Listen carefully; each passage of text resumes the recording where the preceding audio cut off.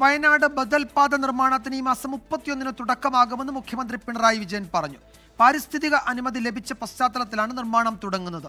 90% സ്വകാര്യ ഭൂമിയും വനഭൂമിയും ഏറ്റെടുത്തുവെന്നും മുഖ്യമന്ത്രി വ്യക്തമാക്കി.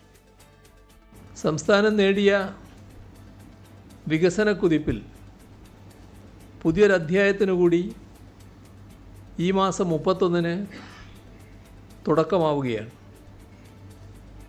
ആനക്കാമ്പൊയിൽ കള്ളാടി മേപ്പാടി തുരങ്കപ്പാത, ആ തുരങ്കപ്പാതയുടെ നിർമ്മാണ പ്രവൃത്തികൾക്ക് അന്നാണ് തുടക്കം കുറിക്കുന്നത്. പാരിസ്ഥിതിക അനുമതി ലഭിച്ചതിനെ തുടർന്നാണ് നിർമ്മാണ പ്രവർത്തനങ്ങൾ ആരംഭിക്കുന്നത്.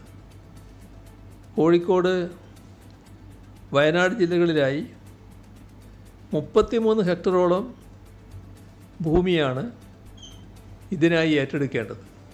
ഇതിൽ വനഭൂമി നേരത്തെ കൈമാറിയിട്ടുണ്ട്. കൂടാതെ 90% സ്വകാര്യ ഭൂമിയും ഏറ്റെടുത്തു കഴിഞ്ഞു.